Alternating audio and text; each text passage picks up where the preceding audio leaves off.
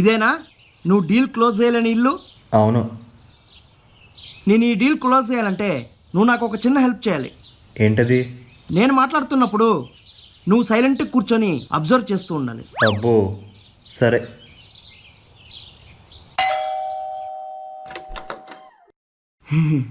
ఏంటి మీరు మళ్ళీ వచ్చారు?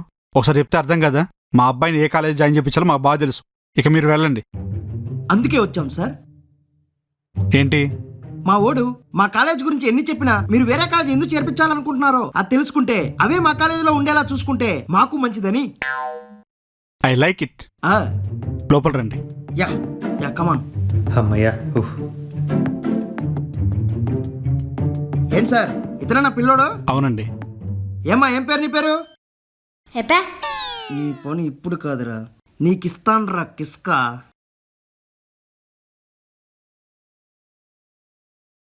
చెప్పండి సార్, మీరు మీ అబ్బాయిని ఏ కాలేజీలో జాయిన్ చేద్దాం అనుకుంటున్నారు? Modern college. ఓ గచ్చిబోల్లో ఉంటుందే. అదే అదే.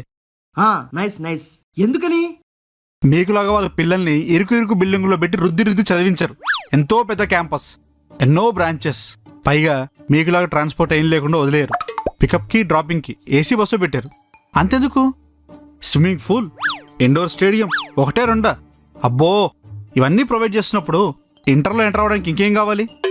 కరెక్టే సార్, ఇంటర్లో ఎంటర్ అవ్వడానికి ఇవన్నీ బాగానే ఉన్నాయి సార్. కానీ ఎగ్జిట్ అయ్యేటప్పుడు మీ బాబు చేతిలో ఏముంటుంది సార్? బ్యాడ్మింటన్ బ్యాటా, స్విమ్మింగ్ పూల్ సూటా?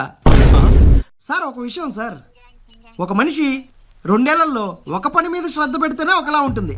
అదే 100 పనుల మీద పెడితే చివరికి ఏమీ కాకుండా పోతాడు సార్. అంటే చెప్తాను. మీ బాబు 10th క్లాస్ ఏ స్కూల్లో కంప్లీట్ చేశాడు? బల్సిన్ ఇంటర్నేషనల్ స్కూల్. బల్సిన్ బాగా డబ్బున్న స్కూలే.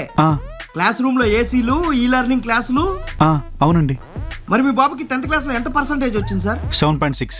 అది అన్ని సౌకర్యాలు ఉన్నప్పుడు చదువు మీద శ్రద్ధ ఎలా పెట్టగలండి? అదే మా కాలేజ్ బిల్డింగ్ లో అనుకోండి, సౌండ్ చేస్తూ తిరుగుతున్న ఫ్యాన్లు, నూనె పోస్తే గానీ తెరవలేని విండోలు, పగిలిపోయిన బ్లాక్ బోర్డులు, ఊడొచ్చేస్తున్న పెయింట్లు. అలాంటి క్లాస్ రూమ్ లోకి ఏ స్టూడెంట్ వచ్చినా ఎప్పుడెప్పుడు బయటకు వెళ్ళిపోదామా అని ఆలోచిస్తూ ఉంటాడు. అప్పుడే కదా చచ్చినట్టు పిల్లవాడు చదువు మీద ఫోకస్ పెట్టి ఆ రోజు ఇచ్చిన టాస్క్లన్నీ కంప్లీట్ చేయగలడు. మీరు చెప్పేది కరెక్టేనండి. కరెక్టా? కానీ మీకు ఒక విషయం చెప్తాను, మీరేమనుకోవద్దు. అయ్యో చెప్పండి సార్. అంటే అది మీ దగ్గర ఉన్న టీచర్స్కి పెద్దగా ఏమీ రాదు, బట్టి నేర్పిస్తారని విన్నాను. అలా అయితే పిల్లలకు మీరు ఏం నేర్పిస్తారండి? చచ్చచ్చా, అవన్నీ నిజాలు కావు సార్. ఓ, మా దగ్గర ఉన్న టీచర్స్ అందరూ పరమ దద్దమ్మలు సార్. పొట్టగోస్తే అక్షరం ముక్క రాదు, బట్టియే పట్టమంటారు.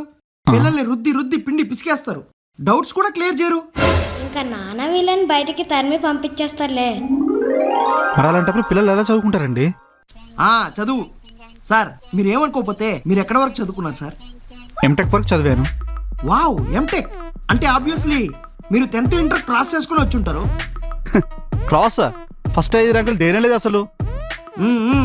అయితే మిమ్మల్ని ఒక చిన్న క్వశ్చన్ అడుగుతాను సార్. సైన్ ఇన్వర్స్ ఎంత? ఏంటి? Sine inverse sir.